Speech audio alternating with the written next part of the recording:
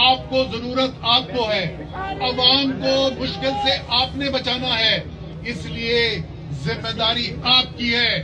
جس طریقے سے عمران خان اپنی ٹیم کو لے کر ہمیں لے کر روس گیا, وہاں پر صدر پیوٹن سے مذاکرات کیے اور وہاں پر سستی گندم اور سستا تیل اور گیس خریدنے کے معاہدوں کی بھی بات ہوئی, تفصیل سے بات ہوئی. پہلے وزیر اعظم کی صدر پیوٹن سے بات ہوئی, پھر اس کے بعد ہماری پوری ٹیم کی میٹنگ ہوئی ڈپٹی پرائم منسٹر روس کے ساتھ.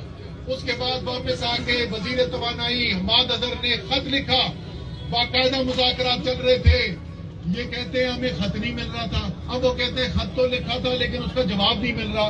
یا تم پاکستان چھوڑ دو, مجھے یہ بتاؤ کہ اسی روس سے بھارت کیسے سستا تیل خرید رہا ہے, سری لنکا کیسے سستا تیل خرید رہا ہے, چائنا کیسے سستا تیل خرید رہا ہے, یورپی ممالک کیسے سستا تیل خرید رہے, ان پہ سینکشنز کیوں نہیں لگتے؟ بات سینکشنز کی نہیں, بات آپ کی غلامی کی ہے. آپ کی اپنی آزاد حکومت ہوتی, اگر آپ کی طاقت پاکستان کے عوام ہوتے تو آپ بھی عمران خان کی طرح دلیر ہو کر آزادی کے فیصلے کرتے. اسی لیے ضروری ہے کہ اگر ہم اس مہنگائی سے بچنا چاہتے ہیں, 60 روپے پیٹرول مہنگا, 47% بجلی مہنگی, 200 روپے سے زیادہ گھی کی قیمت کے اندر اضافہ, جو چیز اٹھا کر دیکھیں اس کے اندر آپ کو ہوش ربا اضافہ نظر آ رہا ہے. روپے کی قدر کے اندر ڈالر کی نسبت 24 روپے کمی آ چکی ہے جب سے طریقے عدم اعتماد آئی ہے. پاکستان کے زر مبادلہ کے ذخائر جو عمران خان نے 3.5 سال سے زیادہ محنت کر کے 65% ان میں اضافہ کیا تھا, صرف 3 ماہ جب سے عدم اعتماد کی تحریک آئی ہے تمام اضافہ جو ہوا تھا وہ ختم ہو چکا ہے, اور آج پاکستان کے زر مبادلہ کے ذخائر اس سے کم ہیں جو جون 2018 میں تھے. اور یہ مسائل اس وقت تک حل نہیں ہوں گے جب تک پاکستان کے عوام کو فیصلہ کرنے کی اجازت یا ان کا جو حق ہے وہ ان کو نہ مل جائے. اور انشاءاللہ تعالی یہ وقت دور نہیں ہے. میں نے ٹویٹ بھی کیا تھا, تمام ورکرز پاکستان میں جو سن رہے ہیں, اسلام آباد کی ٹیم یہاں پہ جو کھڑی ہوئی ہے, یہ ملک انشاءاللہ تعالی ایک جلد الیکشن کی طرف جا رہا ہے. سب کو نظر آ چکا ہے کہ یہ امپورٹڈ حکومت کے بس کی بات نہیں ہے کہ پاکستان کے مسائل کو حل کرے, اور جس تیزی سے حالات خراب ہو رہے ہیں اور پاکستان میں خطرہ پیدا ہو رہا ہے کہ شری لنکا جیسے حالات یہاں پر بھی پیدا ہوں, اس لیے انشاءاللہ تعالی جلد آپ دیکھیں گے کہ ملک جو ہے وہ نئے ایک فریش الیکشن کی طرف جائے گا. تمام پاکستان کے تحریک انصاف کے عہدیدار جو ہیں, تنظیمیں جو ہیں, ان کو چیئرمین کی طرف سے ہدایات ہیں جو میں نے جاری کر دی ہیں کہ ممبر سازی کی فوری طور پر مہم شروع کی جائے. ووٹر رجسٹریشن, نئے ووٹر جن کے ووٹ اس وقت رجسٹرڈ نہیں ہے ان کی بھی رجسٹریشن, اور جو بے دردی سے لوگوں کے ووٹ ان کے ووٹنگ ایڈریس سے بدل کے کہیں اور پھینک دیے گئے ہیں اس کی بھی تصحیح کرنے کے لیے فوری طور پر کیمپین شروع کی جائے. میں یونین کونسل کے سطح کے اوپر پورے پاکستان میں دیکھنا چاہتا ہوں, چیئرمین صاحب نے رپورٹ مانگی ہے تمام یونین کونسل سے, تیاری پکڑے الیکشن کی. انشاءاللہ تعالی نیا الیکشن ہوگا, پاکستان کے عوام فیصلہ کریں گے کہ پاکستان کی مستقبل کے فیصلے کس نے کرنے. کوئی بیرونی سازش فیصلہ نہیں کرے گی, کوئی امپورٹڈ حکومت فیصلہ نہیں کرے گی, پاکستان کے عوام فیصلہ کریں گے. آخری بات, ایک تو میں آخر میں ایک درخواست کرنا چاہتا ہوں اسلام آباد کی انتظامیہ سے, اور اس کے بعد میں جو چیئرمین عمران خان نے فیصلہ کیا تھا, بہت سے لوگوں نے اس پہ سوال پوچھا ہے تو اس پہ بھی میں مختصر طور پہ بات کرنا چاہتا ہوں.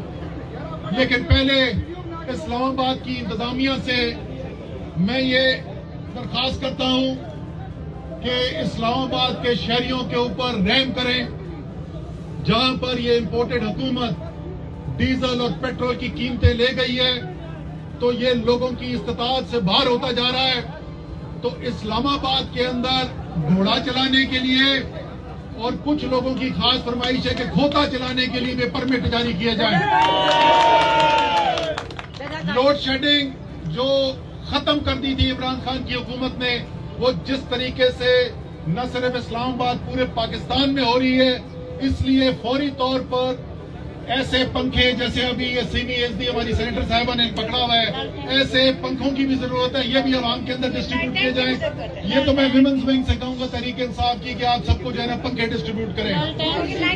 آخر میں جو عمران خان صاحب نے بات کی تھی اس پہ میں بات ختم کرتا ہوں کہ کیوں انہوں نے دھرنا ختم کرنے کا اعلان کیا، کیوں وہ جلد دوبارہ اس وقت کال نہیں دے رہے ہیں، سپریم کورٹ کے فیصلے کا انتظار کر رہے ہیں۔ جیسے انہوں نے کہا کہ وہ پاکستان کے لیڈر ہیں، ان کے دل میں تمام پاکستان کا درد ہے، ان کے لیے صرف تحریک انصاف کا ووٹر اور سپورٹر نہیں، وہ ساری پاکستان کی قوم کو اپنی قوم سمجھتے ہیں۔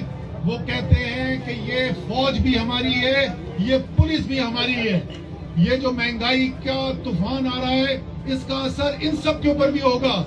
تو ہم یہ نہیں چاہتے کہ پاکستانی قوم اور پاکستان کے سیکورٹی کے ادارے آمنے سامنے کھڑے ہوں۔